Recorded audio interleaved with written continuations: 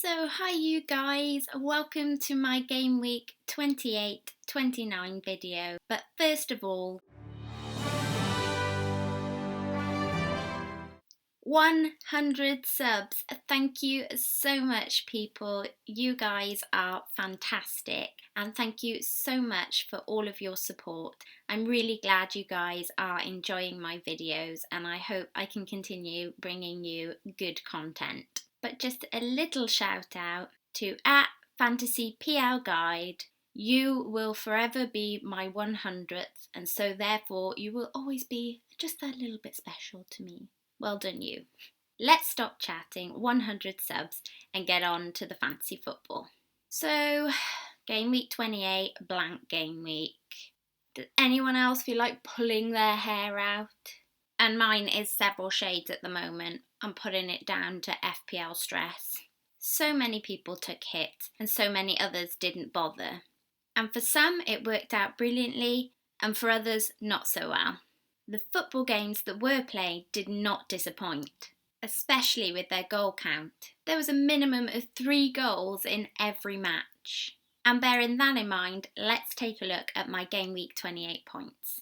So as you can see, I got 32 points for game week 28, and that's well above the average at just 19. But my first free change was Ibra to Lukaku, with a massive emphasis on needing players to play in game week 28. Lukaku seemed like the obvious choice. He's played 90 minutes of every match since game week 6, and with this kind of game week shape-up, consistency is key, and boy, he didn't disappoint with 12 points. As explained in my last video, I was a little bit worried about the amount of players I would actually have playing in 28. For that reason, I decided to take a hit. So my second change, costing me -4, was Llorente for Benteke. I did this quite late on in the week, and Llorente was definitely the man to have, according to all the chatter on all of the sites. Had no blank, dead on form, and with good fixtures such as Hull, Bournemouth and Middlesbrough, I thought he'd be a safe bet, but boy did he disappoint. He played just 44 minutes and went off with a dead leg. And those of us FPL managers who got him in, which is quite a lot of us, he got us just 1 point. Then, late on Friday night, I noticed that Phillips turned from a yellow to a red. I had been banking on Phillips being back for this blank game week and free from injury, or even just to play some minutes to get me a few points. When I seen that red, and considering that a few of my players have been subject to rotation already this season, such as Davies, I had to consider taking another hit. And I really don't like taking them unless I have to. Something I have learnt this season from chatting to you guys is that it is worth taking a strategic hit if you think it will help you out. I've been a little bit scared to do it in the past. Bearing in mind you're bringing in a player that should be playing and getting points, and you plan to hold on to that player for at least a few weeks, then hopefully the profit you will gain on your -4 hit will work out better than not doing one at all. So that being said, I got to thinking late Friday evening and I decided to take a -8 hit. I was very much between King and Sigurdsson, but decided to get King into my personal team. And as I like to swap things up a bit, as you guys know, I decided to put Sigurdsson into this team. Not as terrible as it could have been. He got me 7 points, and if you consider that I took away my -4 for getting him in, that's still a profit of 2 points. Only if I had done what I did in my personal team, I'd be in a lot more profit with King's points. You win some, you lose some. This strategy of taking a hit, though, doesn't always work out, as you can see from Llorente. My other major disappointment this game week was Baines. Those of us with both Baines and Llorente just wanted to curl up in a heap and cry and call out for our mums after both of them couldn't even make it to the second half. What a bummer. And do I even talk about my captain choice? This Liverpool result, I'm sure, helped me up the rankings. It definitely did in my personal league, but my annoyance is I should have definitely captained Lukaku. Maybe I've learned a bit of a lesson there. But just for this game week, I'm going to enjoy this little sea of green arrows. I might not see them again this season, so I'll enjoy them while I can. And on that note, let's take a look at what I plan to do in game week 29. And we can all breathe a sigh of relief because everything is back to normal this game week. Well, as much as it can be.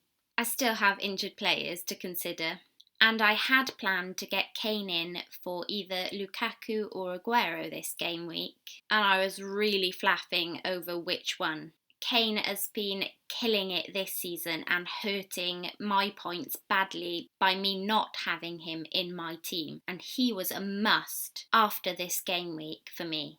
And then disaster. Kane injury, an ankle injury, the same ankle he injured before, and people are saying 4 to 6 weeks. It did make my decision a little easier over whether to keep Aguero or Lukaku, so that choice was taken out of my hands. But now I'll have to have a little look about who to get out and who to get in. I am hearing that Llorente and Baines should be okay to play this game week. I've also heard that before, so I'm a little bit sceptical. I'm kind of in the vein of two choices at the moment. Whether to get Llorente out for Gabardini or Dini, that's a bit of a mouthful. Not because of the Llorente injury, but only because after getting Sigurdsson in last game week, I already have some Swansea cover now. Gabardini faces Spurs, Bournemouth and Crystal Palace in his next 3, and Dini faces Crystal Palace, Sunderland and West Brom in his next 3, and both of them have a double game week over Llorente, at least one at the moment. There is also the little matter of an orange PVA. Like Gabardini or Dini, Valencia was part of my wildcard plan, so I could get him in early to cover PVA's injury, therefore beating a possible price rise when it comes to doing my wildcard changes later on. Valencia has got himself 11 points, 5 points and 6 points in the last 3 matches and faces Middlesbrough, West Brom and Everton in his next 3 games. Valencia will also have a minimum of 1 double game week. So I'm still undecided. Let me know what you guys think. Pop me a comment below or give me a message on Twitter. But it'll likely be one of those 2 changes. If I get Valencia in over PVA, I'll play him over Macaulay most likely. I'm not terribly worried about keeping Macaulay if I don't get Valencia. He is against Arsenal and he does have the potential to get a goal or an assist. So knowing my luck, he will probably do that there. And if I do decide to go for Gabardini or Dini, they will take Llorente's spot in my starting 11. My captaincy choice is between Lukaku and Aguero. Again, maybe based on last week, it should stay on Lukaku. So that's probably where it'll stay. But again, you guys can hit me up if you think it should go somewhere different. That's it, you guys. You are all up to date on my Fancy Premier League. Thanks so much again on the 100 subs. Have an amazing game week. Lots of luck. Until next time, don't forget to like, subscribe and do all those fabulous things. Nymphaea out.